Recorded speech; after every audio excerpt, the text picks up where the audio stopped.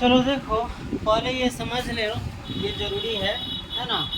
द्विघात बहुपद ज्ञात करना। कौन बहुपद ज्ञात करना?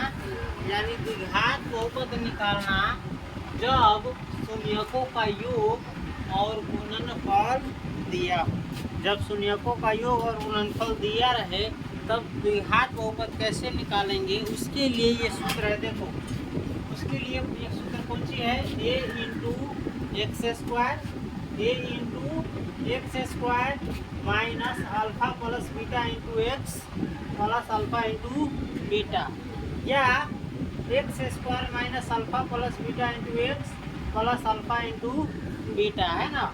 ये अल्फा प्लस बीटा शून्यकों का योग है और ये गुणनफल है। इनसे पहले हम बता चुके हैं, कल की क्लास में बताया, ध्यान है। अल्फा इंटू बीटा को कहते थे शून्यकों का गुणनफल और अल्फा प्लस बीटा को कहते थे शून्यकों का योगफल, है ना।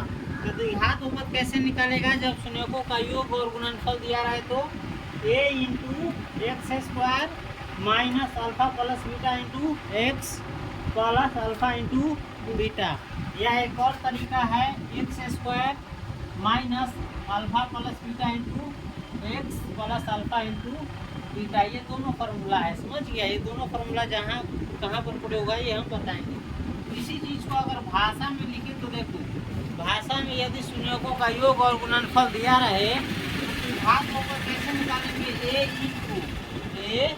इंटू एक्स स्क्वायर माइनस शून्यकों का योग इंटू एक्स प्लस शून्यकों का गुणनफल। एक बार फिर से देख लो कैसे निकालेंगे? ए इंटू एक्स स्क्वायर माइनस शून्यकों का योग इंटू एक्स प्लस शून्यकों का गुणनफल, या एक और विधि देख लो, एक्स स्क्वायर माइनस शून्यकों का योग इंटू एक्स प्लस शून्यकों का गुणनफल। इन दोनों विधि में से, इसमें से चाहे इसमें से किसी विधि से हम द्विघात बहुपद निकाल सकते हैं। इसके लिए एक अलग से नियम है, वो हम आगे बताएंगे। फिलहाल ये समझ लो, याद कर लो, द्विघात बहुपद कैसे निकालेंगे? a into x square minus alpha plus beta into x plus alpha into beta. और इसी चीज़ को भाषा में देखो कैसे द्विघात बहुपद निकालेंगे? a into x square minus शून्यकों का योग इंटू एक्स प्लस शून्यकों का गुणनफल। समझ गए? इसको नोट करो। इसके बाद हम अब सवाल बनाना शुरू करेंगे और इसके माध्यम से अब जो भी पढ़े हो फॉर्मूला सूत्र, ये समझना आसान हो जाएगा।